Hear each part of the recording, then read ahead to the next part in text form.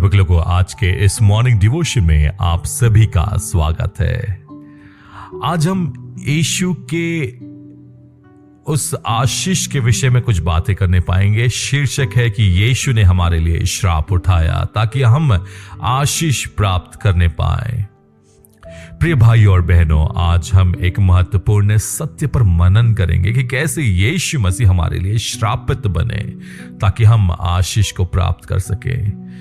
जब हम क्रूस पर यीशु के बलिदान को समझते हैं तो हमें यह एहसास होता है कि उसने हमें उद्धार और आशीष की पूर्णता में प्रवेश करने का अवसर दिया है। आइए हम गलातियों 3:13-14 को ध्यान से पढ़े। यहां लिखा है कि मसीह ने हमें व्यवस्था के श्राप से मोल लेकर छुड़ाया, क्योंकि वह हमारे लिए श्रापित बना, ताकि मसीह यीशु में अब्राहम का आशीष अन्य जातियों तक पहुंचे और हम विश्वास के द्वारा प्रतिज्ञा किए हुए आत्मा को प्राप्त करें।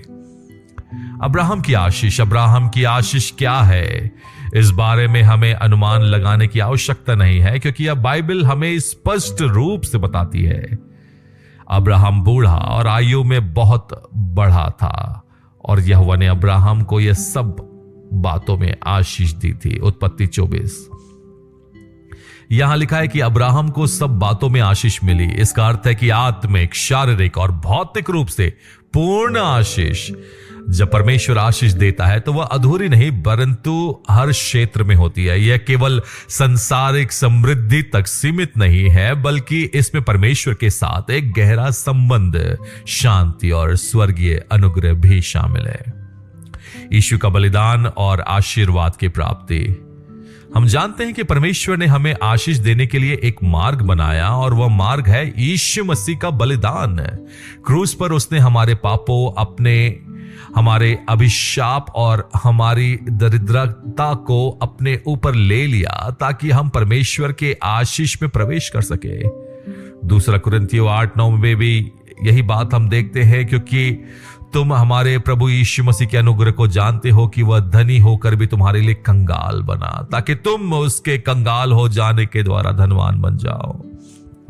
यह हमें दिखाता है कि यीशु ने हमारे लिए अपना सब कुछ न्यौछावर कर दिया ताकि हम परमेश्वर के आशीर्वाद में प्रवेश कर सके। उसने ना केवल हमारे पापों का प्रायश्चित किया, बल्कि हमें शुद्ध, धर्मी और आत्मिक रूप से समृद्ध बनाया। पौलुस ने स्पष्ट किया कि आशीष हमें आत्मा के द्वारा प्राप्त होता है। जब हम विश्वास के द्वारा परमेश्वर की आत्मा को ग्रहण करते हैं तो हम अब्राहम के पूर्ण आशीष का अनुभव कर सकते हैं। यह आशीष केवल संसारिक समृद्धि तक सीमित नहीं, परंतु इसमें शांति, आनंद, प्रेम, स्वास्थ्य, अच्छा स्वास्थ्य भी इसमें सम्मिलित है और आत्मिक उन्नति भी शामिल है। यीशु ने कहा यूहन्ना 10:10 में, मैं इसलिए आया कि वो जीवन पाए और बहुतायत का जीवन पाए। यह केवल जीवन जो है संसारिक उन्नति तक सीमित नहीं है, परंतु इसमें आत्मिक जागृति, पवित्र आत्मा की भरपूरी और अनंत काल का आशीर्वाद भी है। अब्राहम की आशीष को प्राप्त करने के लिए विश्वास अत्यंत आवश्यक है। इब्रानियों 11:6 कहता है, बिना विश्वास के परमेश्वर को प्रसन्न करना अनहोना है।